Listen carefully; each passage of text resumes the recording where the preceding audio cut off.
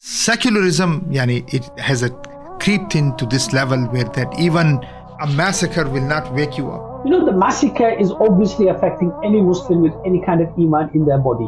Maybe even the people in the governments, there are people that have iman, that occupy positions of authority, and they see it.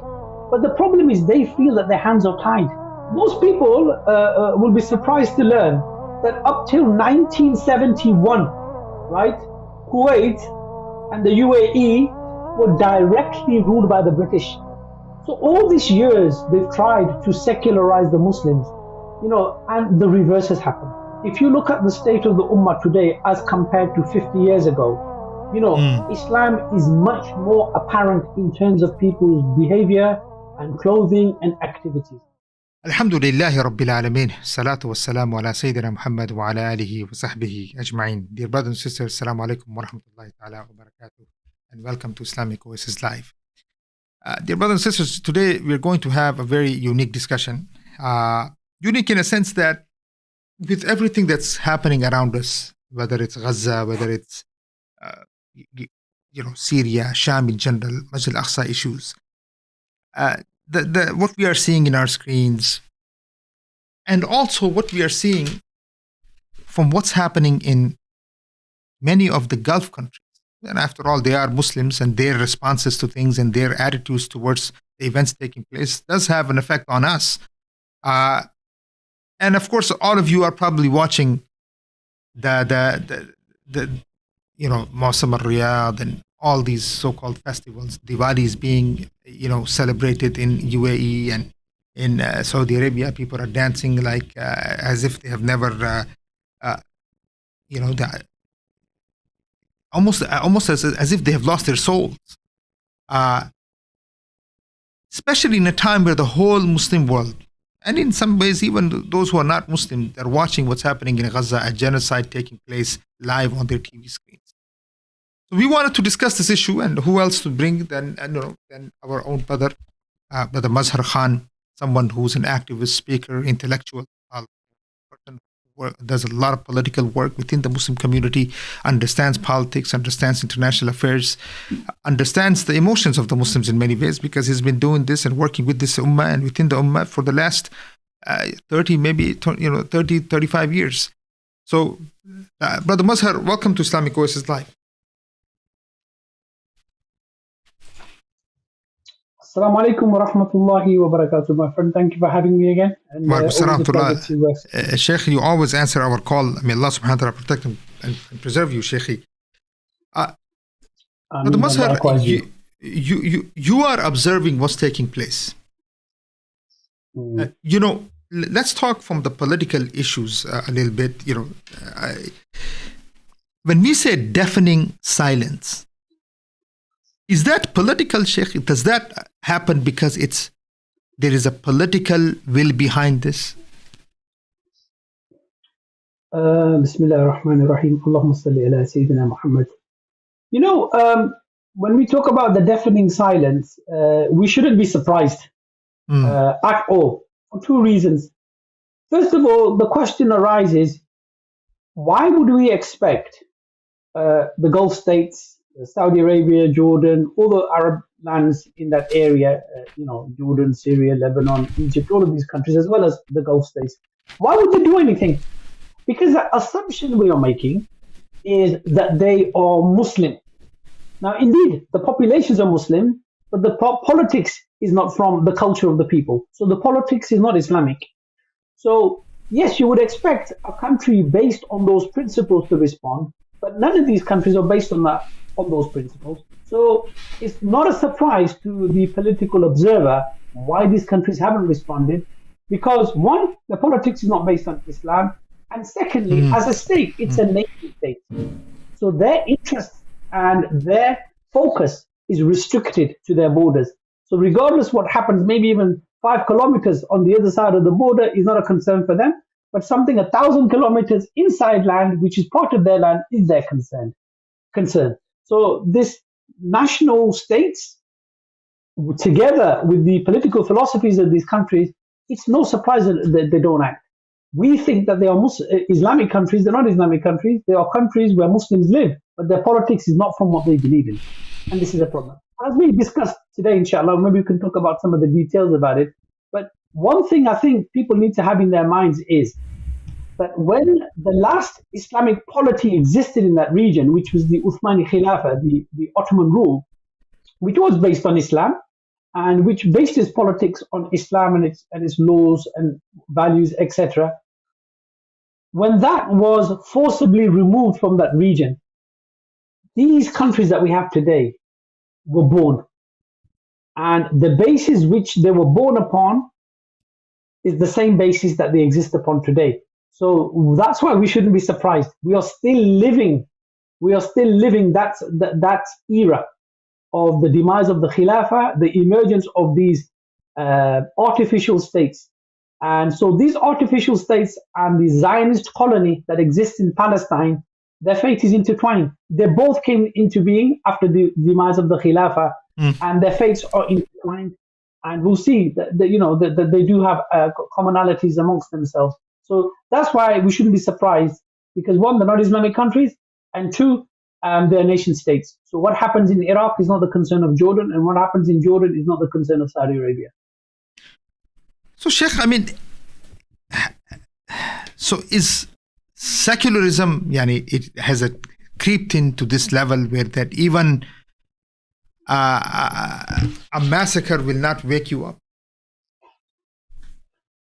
The massacre is obviously affecting any Muslim with any kind of iman in their body, right? And that's in all sectors of society, just the lay people in the street, people in the armed forces, maybe even the people in the governments. There are people that have iman, that occupy positions of authority, and they see it.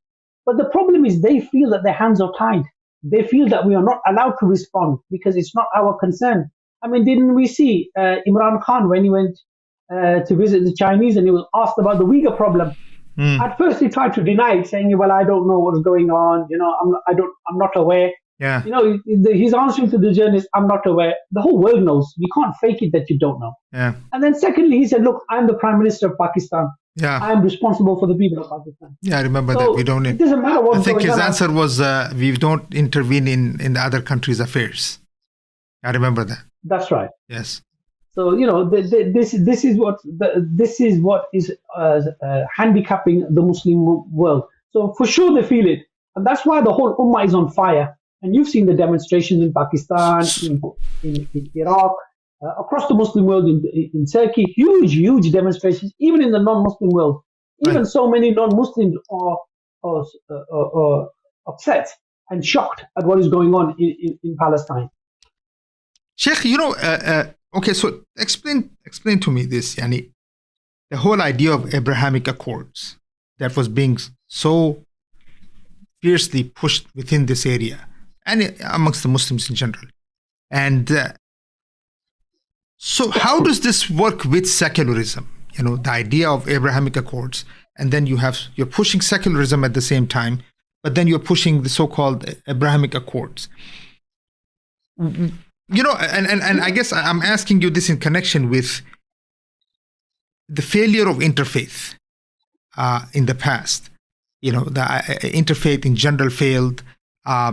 They used at the time of Soviet Union, the Afghan jihad, when it was happening, it seems that they were using interfaith idea to say, okay, look, we're going to fight the godless people. The people of God are going to fight the godless people in general. So we are interfaith, we're faithful people to God, and here's the godlessness we're going to fight.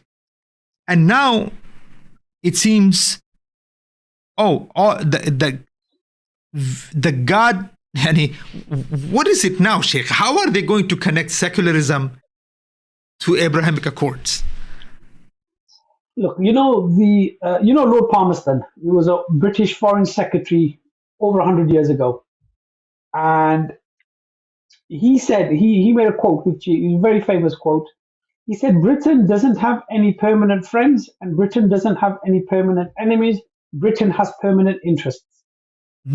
So the interest will define for them who their friends are. Now you can extend this principle that the West, they don't have any principles or values other than benefit, right? So when they talk about principles, they use that in order to give some kind of intellectual legitimacy to what their real interests are. So what they want to do something. So, like with LGBT stuff, they will say, oh, consenting adults and blah, blah, blah. But they don't use that same principle in other areas where it goes against their interest. When they talk about, freedom of speech, when it goes against their interest, they don't use that principle. They talk about politics and religion shouldn't mix. But if it goes for their interest, then they're all for it. So like in Palestine, the Zionist state is predicated on the principle that God told us in the Bible, it's our land. No Western country in the world gives any credibility to any religious text on any matter to do with legal matters or political matters. But here they made an exception now, a so-called secular democratic state. Oh no, God said in the Bible, that's the legitimacy for this. So they don't believe in any of this. It's about interest and benefit. Where the interest is, then whichever principle aligns with that, they'll go for it. So when it's what we mean by secularism is they don't refer to God. And I think this is a point that many people miss, Muslims, when they talk about secularism and they talk about the West is free. The whole idea of freedom emerged in Europe, which we call secularism. So these two things are synonymous in this discussion here.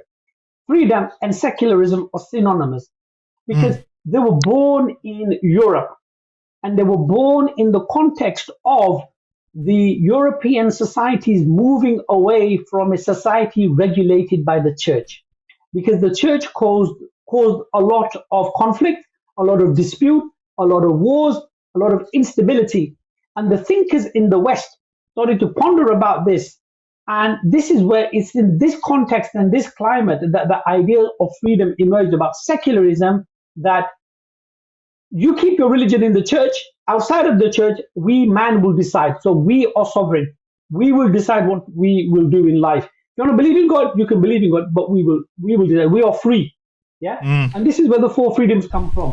But the thing to understand is when they talk about the four freedoms, what they actually mean, because nobody is absolutely free. There is not a single country in the world which has no regulation. Every country in the world has regulation. Every country has laws. Like now, we were talking just before we started the show that in Britain, if there's certain phrases that you use which are considered hurtful to a particular community, they are banned. It doesn't work in the favor of Muslims, but it works in the favor of what they term anti-Semitism. So no country is free. So when they talk about freedom, what they actually mean is this, that we are free from God. Not free in absolute sense, but free from God. God will not tell us what to do. So, I think we've covered this point previously. So if a woman wants to dress however she wants, it's her freedom. But if a woman wants to wear a headscarf, a hijab or a khimar, that is forbidden. Why?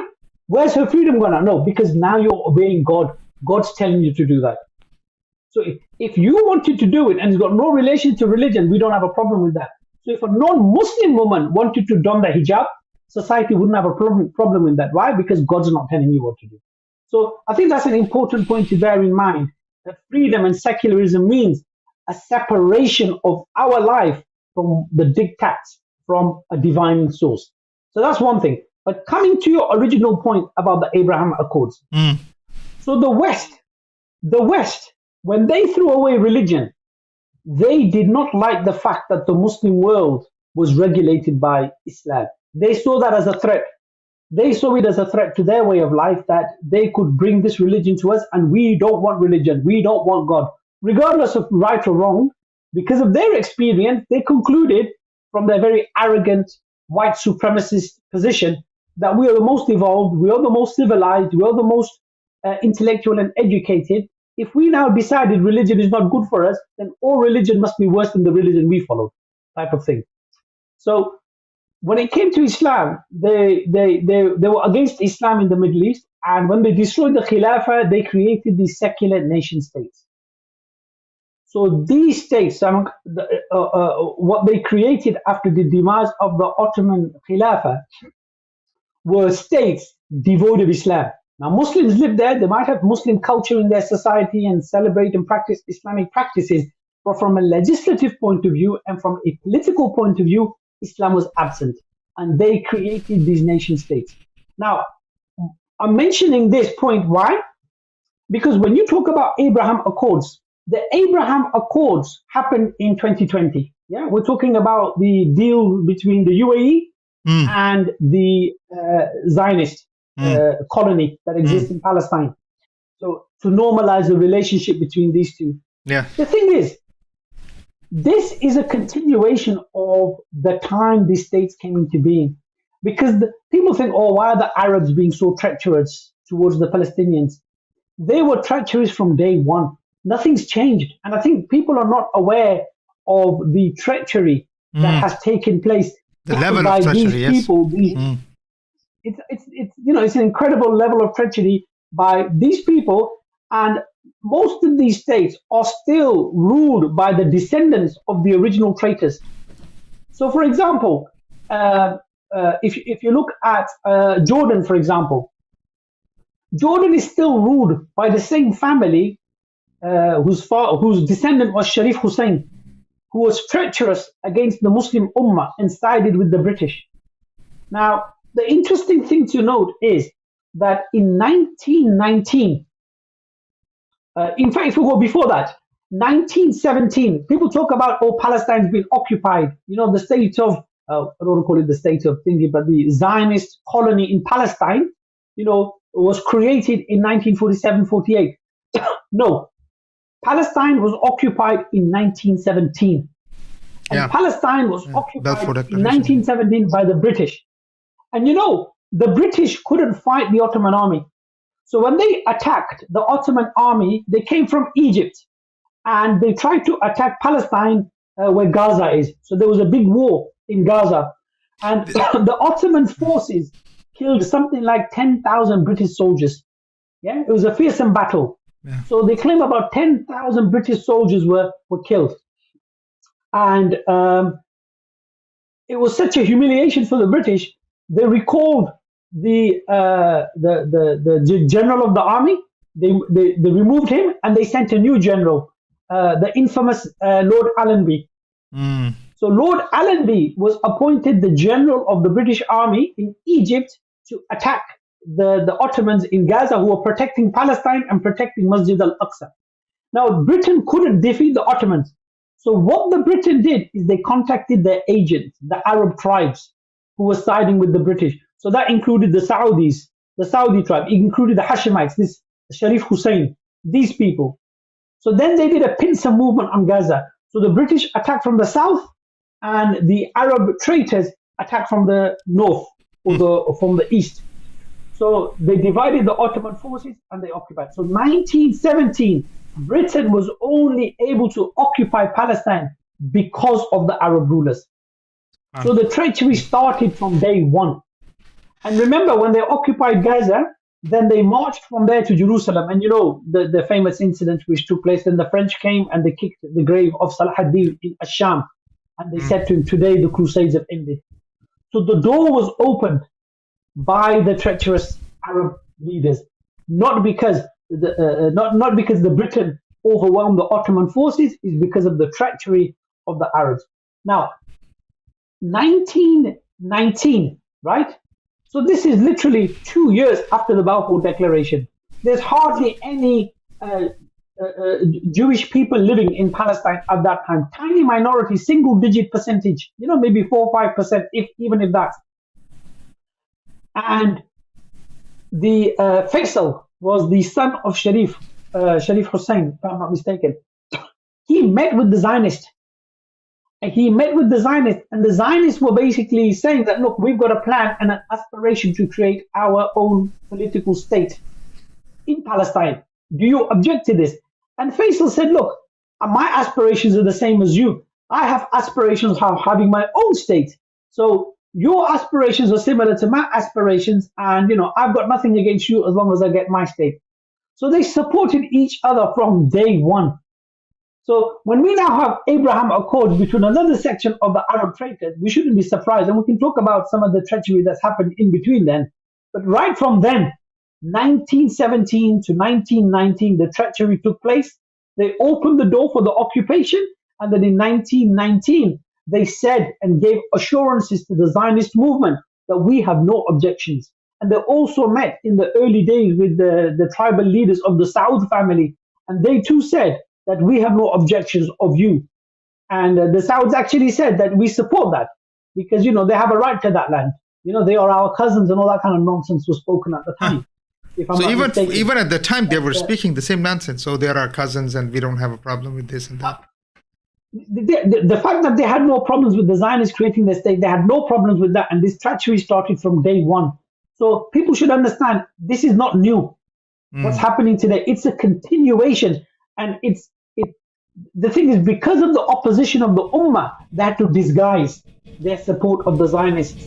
And they would give verbal support. And the Zionists are our enemies and this and that. But they never took any practical steps to do anything. And even the wars that took place, they were staged. We can talk about that if you want. But the treachery happened right from the day one. And it is these people that protected this colony, which was weak and inherently weak, and is still inherently weak to this day. And it is these people that are supporting them. Like Turkey, for example, there's something like $7 billion worth of import into the Zionist colony. $7 billion. If this kind of trade didn't exist by the neighbors, they would not be able to survive. So they were created by the treachery, and they are being sustained by these treacherous people because they themselves cannot protect themselves. So they said, "Oh, why don't the Arab rulers do anything?" Look, if the Arab rulers did nothing, that would be a good thing. If the Arab rulers and the Muslim rulers did nothing, that would be a good thing indeed. The Zionist state would have dissolved by now. But they are actually actively supporting them. So just in the recent days, about the huge trade between Turkey and the Zionist colony. You heard about in Yemen, they fired across a couple of missiles. Yeah. Who defended the Zionists? Yeah, Saudi. They defended them. Weapons are being shipped to Jordan, and Jordan is supplying the weapons to the Zionist army. The biggest export of Turkey to the Zionist colony is iron bars. And what do you use iron bars for? This is one of the main components of heavy artillery and armor and weapons. And these people are actively supporting them. And the Ummah needs to wake up that, we are the ones who are powerful. We are the ones who are rich. We are the ones who have got the capability. But we have been told by our puppet rulers, oh no, you can't touch this state, it's too powerful and too strong. No, it's not too powerful and strong. These are all myths. They only exist because you support them and you sustain them. But Mazhar, how are you able to find all of these facts and figures and your, mashallah, there's many activists. This is not a secret. Oh, no. I want you to... hold on, I've got a book here somewhere. There's a book. MashaAllah. There's this book. Can you see this book? Muhammad Haikal. What is it called, Sheikh? What's the name? Muhammad Haikal, Secret Channels. Wow, I need to put that up. Jazakallah khair, because we need to people. This was written. This is one book. If you read, you will get a good flavor of what's going on. It doesn't have all the details I've quoted here, but it gives you a taste of the treachery of the Arab rulers. And this was written after the the Oslo Accords. And this guy, Muhammad Haikal, interesting character. There's another chap by the name of Muhammad Haikal who is an Islamic scholar. Yeah. So I thought it was the same guy, actually. No, they're both Egyptian. One's an Islamic scholar who wrote a seerah of Muhammad sallallahu alaihi wasallam called Life of Muhammad. And in my opinion, that is the best seerah in the English language. In my opinion. And I read a book once, and even Sheikh Taqiyuddin Bahani, before he formed his movement, he read that book as well, that seerah. So I actually like that seerah. But this guy, Muhammad Haikal, he was a close confidant, and I think he also worked for Gamal Nasser in his government in the 60s. So he was very close to power, and he's very. Obviously, you got to read through the bias in the book. So he's very favorable to Gamal Nasser, and he doesn't like Anwar Sadat. But he talked about the treachery, about what was going on, and about the fake wars, and about all of the stuff. So there's stuff in here, about how these, like in this book, he talks about when I think it was the 1973 Harb al Ramadan, when the Egyptian forces easily expelled the Zionists from the Sinai, and they were going into Palestine, into occupied Palestine. And Mohammed Haykal says that Anwar Sadat phoned the American president to tell him to tell the Zionist prime minister not to worry because my forces are not going to come to Jerusalem and they are not going to invade your land. Because they were panicking. There were people leaving the country. It's claimed that at that time there was panic in Palestine, that the Yahud were thought that we are going to be destroyed, and there were people were leaving. People were making plans to leave. And Sadat contacted the American president to pass a message on to the prime minister of the Zionist colony to tell them that be assured we have no designs on invading your land. And it is said that Anwar Sadat sent his air force to bomb his own army to stop them from going into Palestine. Right? That's not covered in the book. That's in another source. But that incident is covered in here, where he talks about Sadat telling the Egyptian prime minister, the Zionist prime minister, that don't worry, we're not going to invade your land. So, these rules are all like that. Like, for example, Sheikh, like, for example, the Golan Heights in Syria. In Lebanon, Syria, when the Golan Heights, the army will tell you that we were sitting on the Golan Heights and we're listening to Syrian radio saying that the Zionists have occupied the Golan Heights. And the army was saying that there was no Zionist there. We were in control of the land. There was no Zionist army there. And then after that news report on the radio, we were phoned by our army people. They said, right, withdraw back.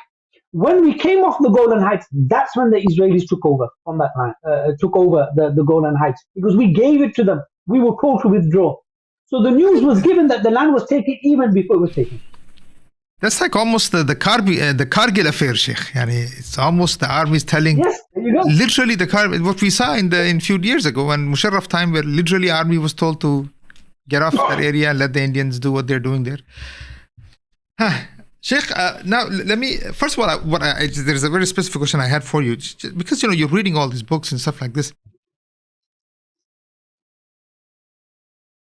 Why is everyone who wants to, the people who want to change this situation, are they reading these books? Or do they read these books and not, or is just a historical narrative that's going on?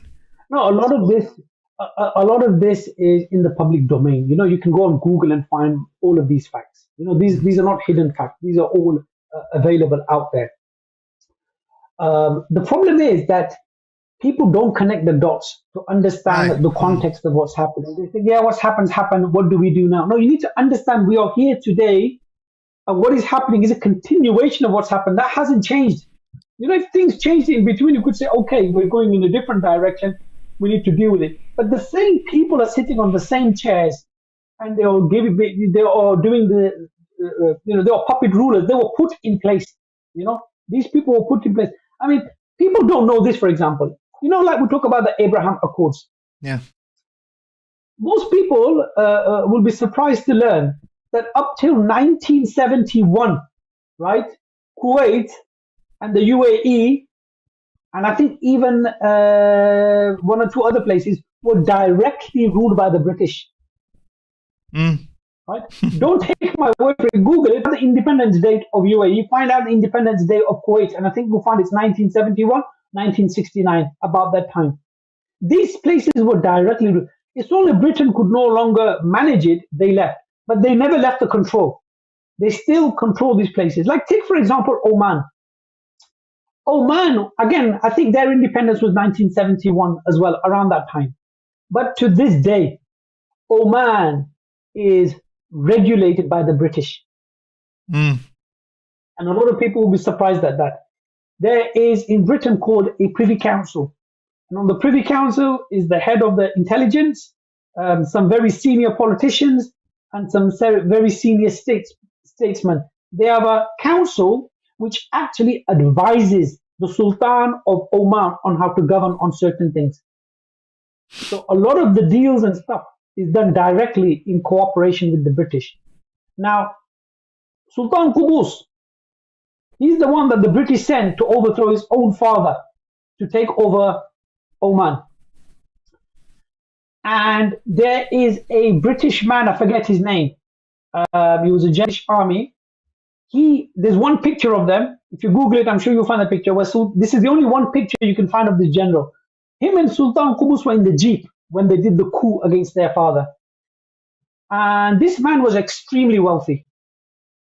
And basically what happened is that anytime a deal was done by Oman, he would get a cut. And Sultan Qubus would give him $1 million every year on his birthday. And this was the level of close cooperation between these Gulf states and the West. So that was a specific thing, relationship Oman had with the British. And even to this day, they still have that Privy Council that, call the shots on matters in Oman. Now, UAE, Qatar, Kuwait, they still have strong ties with the royals over there and the royals over here. So that's why I'm saying that the scenario that was created post the fall of the Khilafah is still that era we're living in today. And that treachery, what happened there, that treachery is continuing to this day. They just try and hide it a little bit better, but that treachery is still here today. And behind the scenes, they've never been enemies. The Arabs and the Arab rulers and the Zionist colonizers, they're behind. That's why this book is called Secret Channels. But look, here's the thing, Sheikh.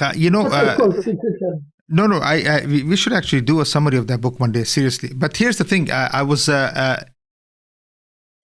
so during Gulf War and all of these different, when you have Soviet war taking place or jihad of Afghanistan against Soviet Union, Russia's going, this invasion of Russia.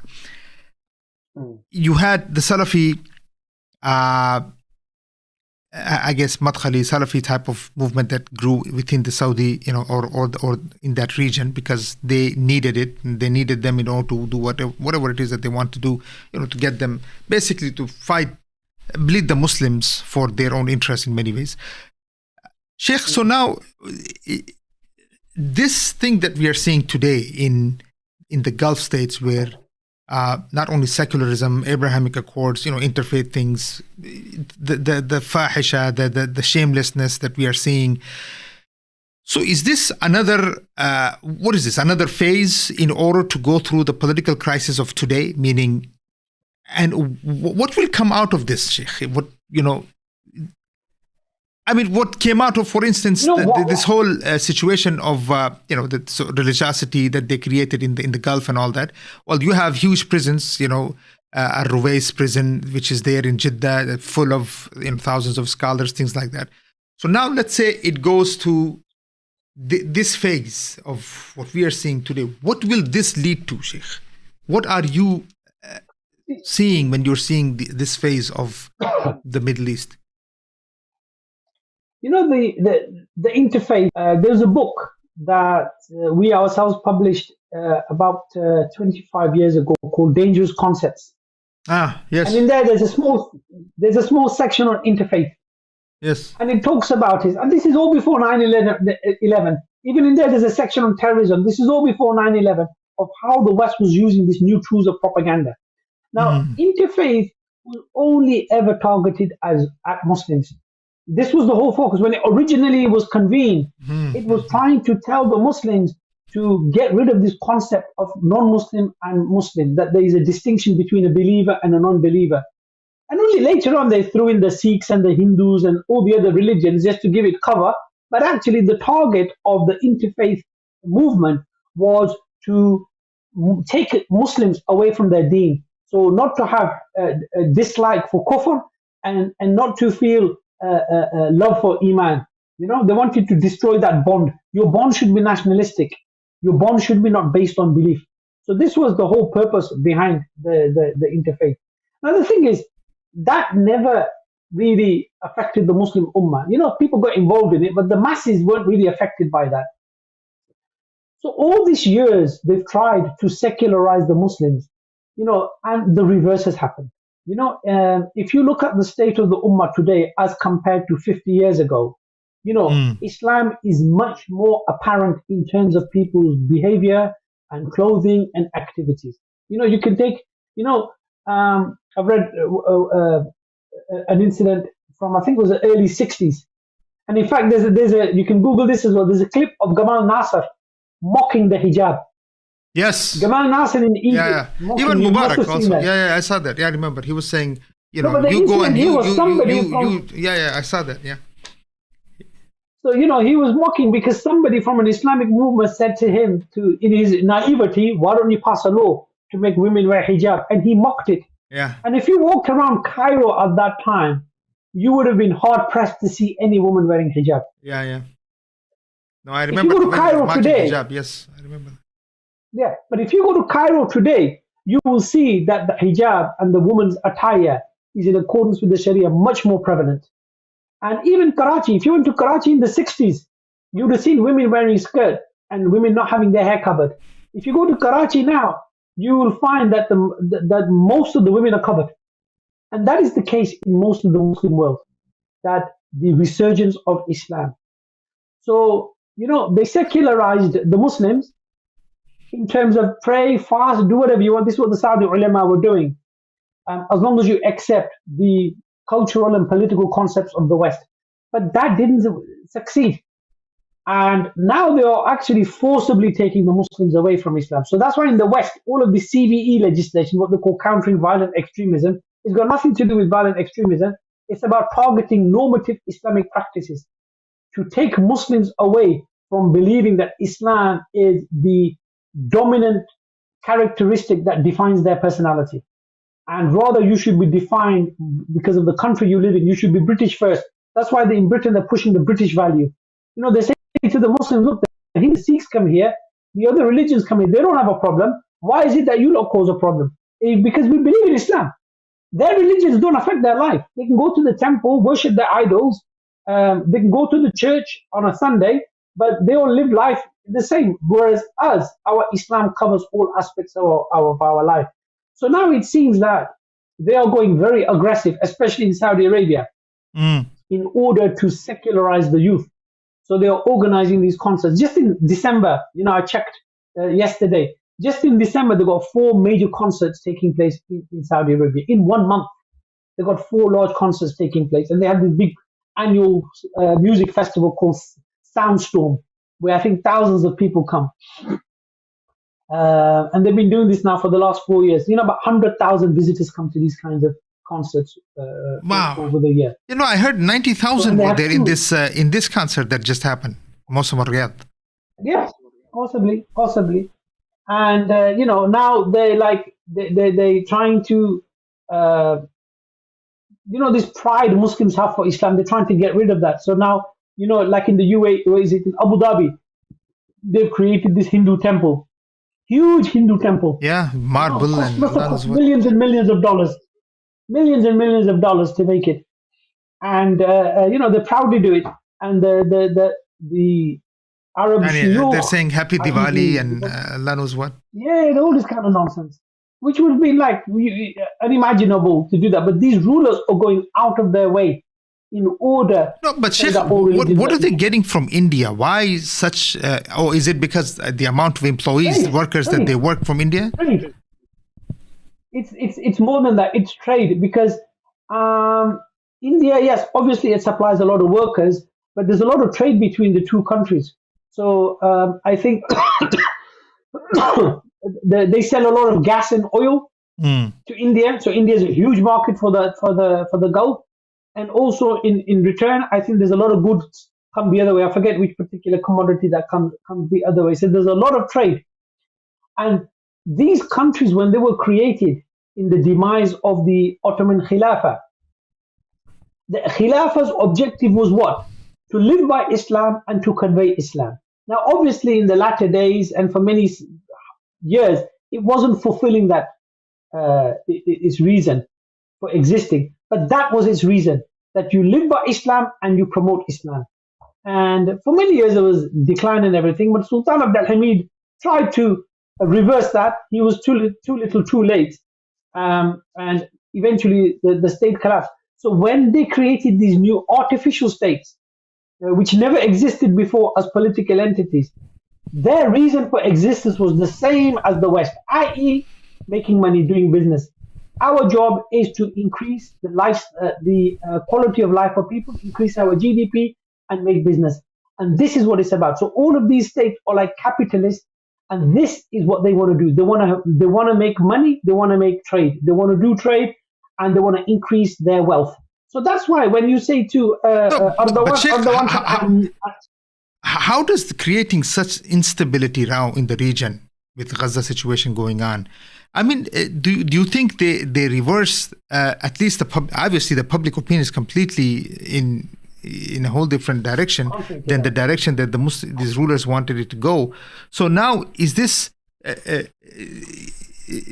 what happens now, Sheikh? Now are we looking at more 9/11 type rules that came, like for instance in the US here there was the Patriot Law, and in the UK you had the Prevent going on and all that stuff. So now what, they will tighten the society even more, there'll be more people going to jails, there'll be even more oppression, and obviously it has to end up to something. It's going to be difficult this time around, because this time around it's not just the Muslims when it comes to Palestine. Right. The vast majority of people who are objecting to what's happening in Palestine are non-Muslim. And This is a big problem now. So now how do you frame the law to just catch the Muslims, which they've done very successfully with Prevent? And then when Prevent was starting to arrest the white extremists, the government said the law is not working as intended, we have to change it. They even admitted it without saying it. So Prevent was actually established to arrest Muslims, and they denied it at first. They said, no, this is for all extremism, and they incorporated right-wing extremism. But that was just to hide the real motive. But then when they applied it, most of Muslim kids were getting arrested and referred to this program. But then towards the latter part of it, in the last few years, more white extremists were getting arrested. So they started to complain, saying, look, this was not what the law was intended for. So they now have to review it, and they are going to change it. So it's more focused on the Muslims. Now with Palestine, it's going to be difficult for them. I'm sure they'll come up with some creative solution. But, this now is going to capture a lot of other people, and it's going to destabilize their societies. If you now start arresting left-wing people and all sorts of other people because of the opposition to the Zionist occupation, it's difficult for them to deal with this. So I don't know what's going to happen. I don't know how they're going to deal with it. Why is Europe and the US in general, I mean, are they willing to destabilize their own societies, their own communities for the sake of Israel? Did you not? There was a recent interview given by one of the Kennedys. I forget his name. I don't know. Robert Kennedy. One of the descendants of. Oh, okay. I think it was Robert Kennedy, and he basically said, this is something we've known as a fact, that the Zionist colony was created by the West for their interest. They didn't do it out of the love for the Jewish people, and they didn't do it out of because they believed in their biblical right to that land. It's got nothing to do with that. Like I said, they will give whatever justification to give it legitimacy, but the motive is hard benefit. Now, they created that colony to protect Western interests in the Muslim world. That's why the colony was created by the British. And that was very clear from day one. When Balfour did it, he said it clearly. This is my motivation. Kennedy has now said that this is so important to us, because if this Israel, as they call it, didn't exist, he said most of the world's trade would go to the Chinese and the Russians and all of our competitors. He said we need this, and that's why we have to defend it, because it is very important for our trade globally. Now, so this guy is telling you clearly now, it's got nothing to do with religion, it's got nothing to do with Jews, it's got nothing to do with anything, it's got to do with Americans' interest globally. We need this state for that reason. So that's why they protect it. And that's why they will turn against even their own people. They will do whatever it takes to protect the corporate interest of the corporate elite. And they've always been against their own people. I mean, they've never cared about their own people. But Sheikh, look, majority of the non-Muslims who are revolting, you have, or revolting, or they're protesting things like this. Most of them are leftist, and they, the Che Guevara thing and all of this. Are you? Can this really, this Palestinian, the Gaza situation, can it bring I mean, can it revive communism or revive leftist ideas? No, communism is dead. You need movements. You just ideas on their own are no good unless there is a vehicle that carries those ideas and No, champions. because the reason I'm asking you this, Sheikh, because there will be a void. There is a void. No, because the only alternative, there is a void, but the only viable alternative is Islam, and that's what keeps the West awake. That we can't afford to fail, because if we fail as the global leader of the world, there's only one game in town. If we are not there, Islam will come. But Islam will come. It will automatically assume its position as leadership of the Ummah. And to unite the Ummah is easy. We all believe in the same thing, And the Ummah is one. The Ummah has always been one. Like what's going on in Palestine, you've got massive demonstrations in Karachi, you've got massive demonstrations in Baghdad, in Cairo, across North Africa, in Turkey, all over the world. Now, there's if there was an occupation of France by the Germans, are you going to get demonstrations in Japan and in Mexico and in America? No, you're not. Because they are not bonded by what we are bonded by. We are bonded by Iman. They are bonded by nationality. So this is what they don't like. That why are you getting concerned about something that's happening in Palestine? It's got nothing to do with you. So they don't understand that we are one ummah. We have been forcibly separated, but we are still one ummah. We feel for this ummah, and we are connected. But within the West, Sheikh, look, I guess what I'm asking also is that within the West also, this type of brutality, okay, you can't say this phrase, you can't say that phrase, you'll be arrested for saying this. Isn't this going, this is going completely to the core of their ideology, which is freedom. So now if you're going to start, going against the core ideas which you stood on for whatever time, decades, can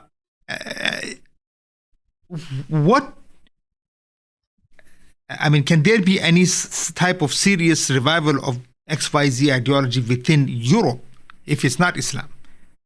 Because of the revolt of the average person on the street. Could this be? No, I don't think so, because communism as an idea has been discredited. It's failed. It had a chance to apply itself. It tried to apply itself, and it totally failed in the economic field. Its main point was economics. The whole communist ideology, although it's based on materialism and everything, was about equality and creating equality in terms of material well-being of the society. It totally failed in that. And they never agreed how this could be done. And there were some fundamental questions that they could never resolve about what is equality. That might sound strange, but if you got a person who's 6 foot tall and you got another guy who's 3 foot tall, their appetite's not the same. So if you give one loaf of bread to each, it's equal, but it's not just.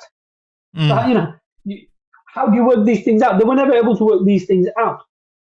So the problem is now in the West, because they claim that we have these beliefs, we have these principles, and we are intellectual. The nature of kufr is it is inherently contradictory, and over time it will contradict itself. And that's the case with kufr all across the board. Now, so when they talk about freedom of speech, now you see hypocrisy. Well, hold on a second. When you burn the Quran, it's freedom of speech. When you insult the Nabi sallallahu alayhi wasallam, it's freedom of speech. And even at the time of Charlie Hebdo, they said the whole point of freedom of speech is to insult somebody, is to cause harm to other people. That is the whole point. So, freedom of speech came for that reason. And now for Palestine, you can't say this, you can't say that, you can't wave this flag, you can't do this, you can't do that. There's no insult there. Yeah. So now people are seeing that. So like the leader of the opposition party in Britain, his name's Keir Starmer, Labour Party, the leader of the Labour Party, and probably will be the next Prime Minister of the UK. When the Ukraine war was going on live on, when he was on the news, he said, this is a war crime. What is happening is war crime. Civilians are being killed. This is a war crime. Now he was interviewed. He says, why are you not calling for a ceasefire? Because war crimes are happening. He goes, it is not the job of a politician to declare what is or what is not a war crime. So now people are putting the two clips together and sharing it on social media. So Ukrainian said it's a war crime. And when it comes to Palestine, he says, not my job. But if it's not your job, why did you say it there? So like the hypocrisy is like so blatant. the people are seeing it. But what is constant in all of this is their interest. So wherever their interest lies, that's what they're going to back. And unfortunately for them, that over time people are going to see the contradictions and the hypocrisy, and even now the propaganda war. They are pumping millions and millions and millions of pounds, right? You've got you can listen to the national news media in America or Britain. It's almost identical news coverage. Yeah. Yet We are the vast majority of the population are not accepting the majority narrative or the state narrative. Yeah. And it's worrying for the West that they've lost the public, and they've lost the propaganda war. And things can't go back. Things can't go back to how they were now, because the Zionists have made a huge mistake. That the sympathy they may have had in the world is bad. It only exists in the corridor of power, and they are seen as the aggressor, and they are now rightfully seen as the aggressor and the evildoer. And that is going to be very difficult for them to undo, because the stuff they've said, they've said this every time, but this time it's resonated, that we will kill the civilians. Like on one of the radio channels here, and it's been shared so many times on the social media. The presenter of the radio show was talking to a Zionist about bombing the hospitals and the massive civilian casualties, and they said, yeah, but these Hamas people are hiding or using the people as human shields. So for the Zionists to get at them, it's inevitable they have to kill the civilians. He goes, it's unfortunate. These are what do you call collateral damage. So they have to bomb the hospitals, they have to bomb the schools, they have to bomb these buildings, and people die. But that's what you have to do, because we have to eradicate these terrorists. So then the presenter asked him, if these Hamas terrorists, as you call them, went into Israel and hid in the hospitals and hid in the schools, would you do the same? And he said no. He said, well, why not? If they're hiding in the hospital schools and you're obliterating them there, if they hid in your schools and hospitals like they did just now when they went through the border and went into in your society and started killing your people, if they went into your hospitals and things, would you obliterate them? He goes, no. Why? And he had to admit, well, our life is more valuable or whatever. So he made the Zionists basically admit that point. Sheikh, no. I actually saw the same clip. The propaganda war. Sheikh, they said that one of the reasons for why the silence is also in this Gulf area was, I guess, for Morocco, before this happened, the deal, this whole thing about the deal of the century that they did with Saudi Arabia, and also with Morocco, that they can supposedly keep the occupation of, I forgot the name of the city, Barabak, whatever it was, that they said that you can take that back and they will be quiet on this, as long as they're okay with the deals that are being made with the Zionist occupation. And then same thing with I2U2 deal that happened. I guess it seems like it was a deal, the pipeline deal or whatever it is, that with Saudi Arabia and all of this. Sheikh, do you see what's happening as planned, or something just, there's always a black swan? Look, plans, people always make plans, but things happen, so they have to modify the plans. So for example, when America invaded Iraq, they had plans, right? But they failed in that. They weren't able to achieve what they wanted to achieve. When they invaded Afghanistan, they had plans, but they didn't achieve what they wanted to achieve, so they had to remodify their plans and approach it in a different way. So indeed, they have plans, but they don't always succeed, because Allah says, وَمَكَرُوا وَمَكَرَ اللَّهُ وَاللَّهُ خَيْرُ الْمَاكِرِينَ. They plot in plans, Allah also plots in plans. So this is a constant battle. So yes, for them, they want their objective is this, that they want to maintain the Western hegemony or the Western control of the world, and that leadership is for them, and they don't want to give that up. Now, whatever it takes to maintain that, they will do that. And this is what, defending certain regions of the world is for their interest, to maintain that control over global trade and to control over the global economy. Look, Sheikh, I want to know the role of Qatar here. For instance, I saw this interview. It was one of the press secretaries, it looks like, from the Washington or from in the White House. The question was that if you are going after, or Israel is going after Hamas, then the leadership of Hamas is sitting in Qatar. Why don't you just arrest them? Very interesting question. Because it's a very good, interesting right, point to make there. You know why? So this is what that's what I wanted to know. I mean, okay, so and the person kept saying, oh, look, we need some type of avenue to be able to get our hostages out.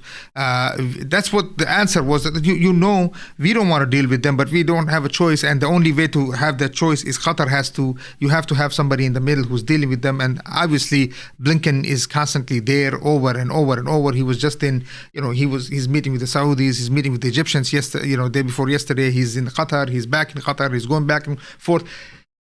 I guess, Sheikh, two questions for you here from your understanding of this area. Number one, what do you think about what I just asked you? Second,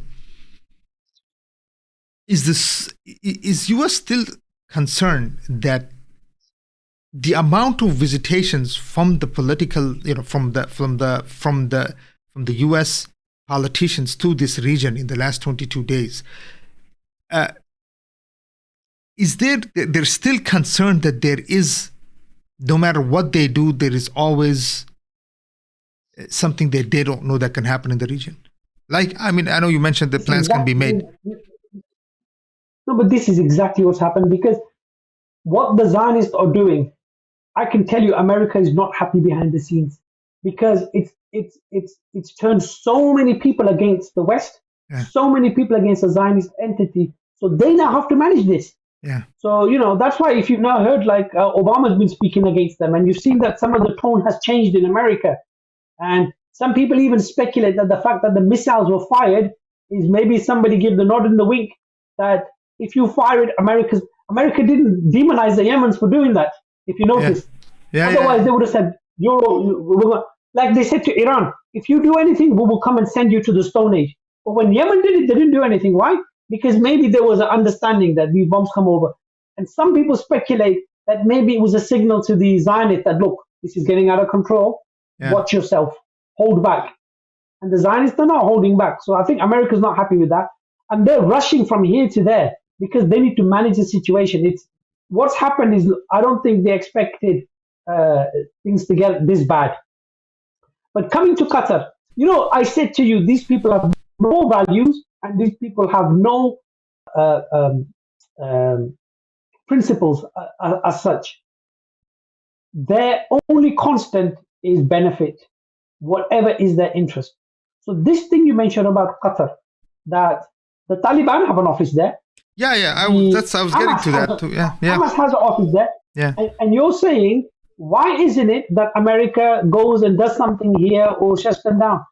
That's the exact same reasoning they gave to invading Afghanistan. Do you remember? They said Al-Qaeda are based in Afghanistan, and you have to hand them over, otherwise we're going to bomb you. And they went and invaded Afghanistan, and they destroyed Afghanistan. Yeah. So the question is, why are they not taking the same stance with Qatar? Yeah. Why are they saying to Qatar, hand over the Hamas terrorists, otherwise we are going to bomb you? Meaning it's not the same. So these agent rulers are serving a purpose. No. Meaning it's not the same. Meaning what? I mean, what's not the same? They have an understanding. The Qatars are playing ball with the Americans. So no. On the same side. Does it mean that look, in Qatar, American? Okay, well, true, but does Americans, do Americans, and in general, even the Israelis, the Yehud, do they need somebody to deal with? They know that at the end of the day, I mean, they can't really wipe out Hamas. I mean, they were talking to yesterday. There's a professor in University of Chicago, I think he is some university, one of the major universities. He was on one of the shows, and they were talking. He used to be, I guess, the ex-president of the Palestinian Authority, and they were asking him, can you really get rid of Hamas? And he was saying that, look, first of all, they are very much liked in the region, in this area, in Gaza. Of course, there is Palestinian Authority, the PLO, all of that nonsense. But he was saying that this is what pluralism means. You're going to have to deal with them, and they're going to have to put together a democratic type of institution where you have parties who are fighting for leadership so that people believe who's the real leadership. That's the way he was putting it together. But I guess the question is, do they need Hamas in the area they need this. That's why they're not getting rid of the political leadership at the end of the day. Look, the West has made this an issue of the Zionist colony against Hamas. It's not about Hamas, because there's lots of other Islamic groups. There's like Islamic Jihad and Palestine Liberation. Yeah. There's lots of different organizations there, yeah, backed by different people and what have you. Hamas is just one of the groupings there. Yeah. Yeah. And okay, they're the ones that had the authority in the area. But if Hamas is not there tomorrow, there's lots of other people. The point is, everybody in Palestine resists the occupation. So if Hamas is not there tomorrow, there'll be somebody else to replace that. So Hamas is not the issue, right? They're trying to make Hamas the issue. Hamas is not the issue. There's no Hamas in the West Bank, but right. There's killings going on in the West Bank and all sorts. Hamas wasn't there 20 years ago, but these people were, occupying Gaza then. So it's conveniently they'll throw stuff up to obfuscate what the issue. The issue here is the Muslim world is resisting the occupation. It's not Hamas. The Muslim world, i.e. the people, are resisting the occupation of Palestine, and they like to reframe it in whatever way they want. So, they need some, I don't know, they've got Hamas there to talk to or whatever. No, because the reason I was asking this question is what I saw what happened for instance, within Afghanistan situation. I mean, a lot of the people were killed, drone attacks, this, that, and the other, and then there were others, but there was always leadership sitting in Qatar, and they were never in Afghanistan, and it is almost as if somebody was protecting them, so that there is always there are people who have that they know that they can deal with. And with regards to the Taliban, the situation at that time was that America was desperate to get out of Afghanistan. So they needed a way out. They needed a face-saving way out. So they put pressure on Pakistan and Qatar and people like that in order to negotiate some kind of settlement to give them a face-saving exit. Now, what happened with the Taliban is Taliban said, no, let them bleed. Let them bleed. They are bleeding, they will leave eventually. So elements, if I'm not mistaken, elements of the Taliban were playing the long game. And I think towards the end, they had some kind of a negotiation or something. Yeah. But eventually the Americans left anyway. But they wanted a face-saving exit. And it's because of the support from the Pakistanis and people like that. Had none of these people left, their exit would have been even more humiliating, and it would have happened a lot longer, a lot more earlier. Sheikh, why is it always Qatar? Why is it always Qatar when it comes to this type of? Why is it just because it's just a base? Now, it's Qatar now. America, I don't know. Maybe they've created this area for to allow these kinds of things to happen. So, like I said, the Taliban were allowed to have headquarters there because it was in America's interest to have some kind of negotiation in order to have a face-saving exit. That was their plan. So now with Hamas, I don't know. The thing is, the Americans can use it to talk to them in order to, have negotiations with them, whatever. Because you got to understand, America is not joined at the hip with the Zionists. They're not joined at the hip with anybody. They are joined at the hip with their interests. So they will talk to anyone and everyone that will allow them to protect their things. If Hamas say tomorrow that, yeah, we accept two-state solution, then suddenly they won't be demonized. Just like the PLO used to be a terrorist organization, and then when they accepted the existence of the Zionist colony, suddenly it's a legitimate entity all of a sudden. So, Sheikh, they don't have. Okay. Oh, okay. So now the final question here: How long can the Gulf states play this game, Sheikh? How long can they play along? Look, look, the thing is, look, things have changed a lot in the last few years. These states, in their origin, have been fake states. They are artificial states. Some of these states are smaller than some of your U.S. cities. Yeah, like I'm sure. Like, look at Kuwait. Look at if you look at Dubai. These people are smaller than London. London is bigger in terms of population and its landmass compared to these, little dots on the coast. These are artificial things, and they are supported and protected by the West. They cannot defend themselves. Even though they have spent billions and billions of dollars on weapons, Yeah. if their security is at risk, they can't defend it. It's too small to defend. They would have to rely on the West to come and defend them. So these are artificial states. And the thing is, they're like I've said many times before, their destiny is tied with one another. And this whole region, which was created and mapped out by the West after the demise of the Khilafah, it has always been unstable because it has never worked. And it will end in tears for them. It will end. And I think those days are just getting closer and closer and closer with every day that goes past. And the Ummah is becoming more and more aware of the treachery by its own people. You know, people used to put hope in the rulers, but now with the way other ones behave, with the Saudis, people are realizing they are not on our side. They have never been on our side.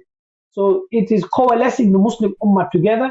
And I'm hoping that pressure will emerge with this, that, you know, something comes good from it. That, you know, maybe some people from the armed forces realize this and give the nasr to the Islamic movements to establish an Islamic government to unify the world. And, you know, it's a shame that the people don't realize, especially in the armed forces, that if a general today in this climate, it's an opportune climate right now. If a general from the Egyptian army or the Turkish army said, I'm not going to obey the orders, I know it's a long shot and it's a big deal. It's not easy to do.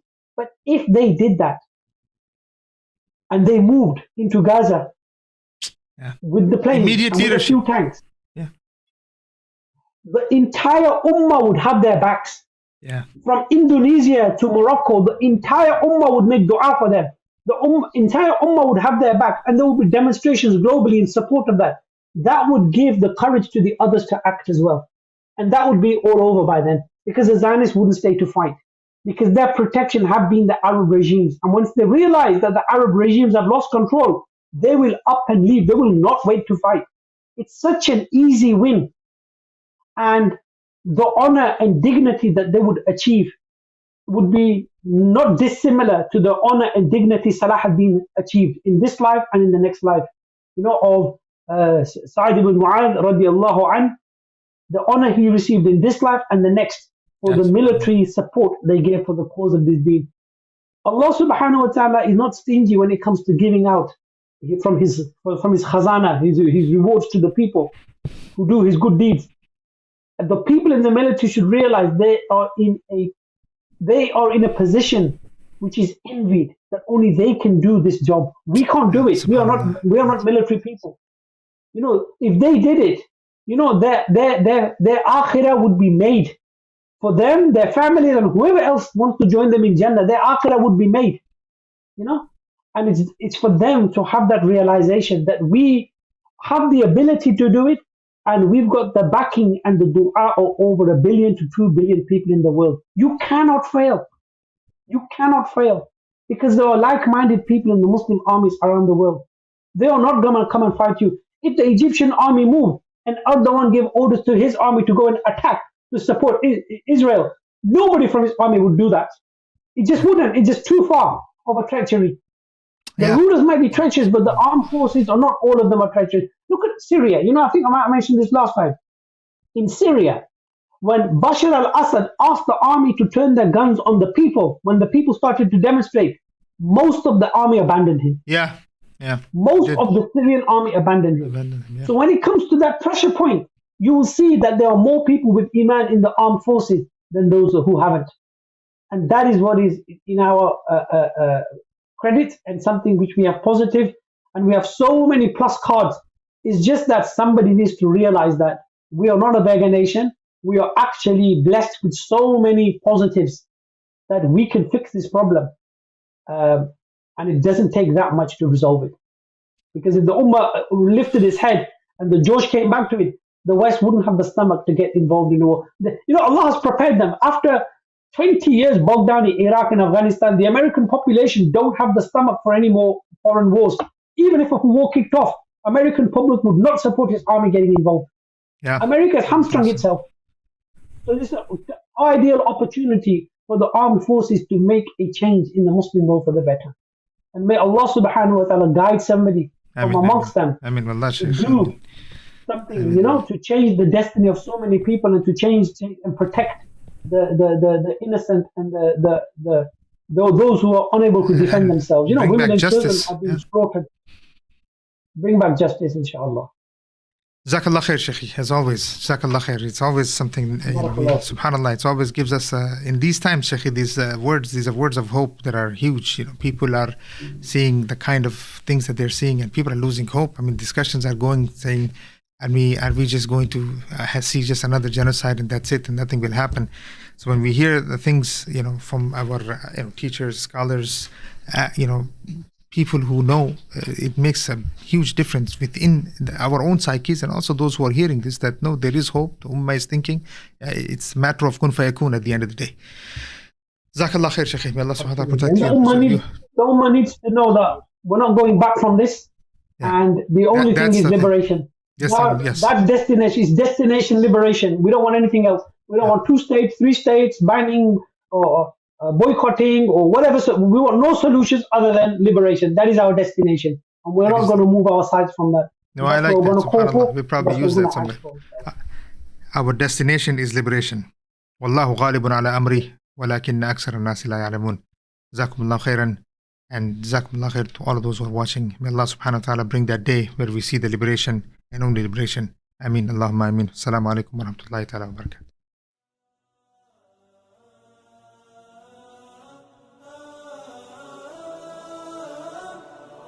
لا لن يطول الظلام ديننا لن يضام نحن جيل الهمام نحن فينا عمر لا لا لا لن يطول الظلام ديننا لن يضام نحن جيل الهمام نحن فينا عمر صبح بدا نور ظهر نجم وشمس وقمر ألقى على الدنيا الدرر هذا عمر هذا عمر كل البرايا تنتظر أيامه البيض الغرر كي تستفيد من العبر هذا عمر هذا عمر لا لن تدوم الجراح بل سيأتي الصباح نحن أهل الكفاح نحن فينا عمر لا لا لن تدوم الجراح بل سيأتي الصباح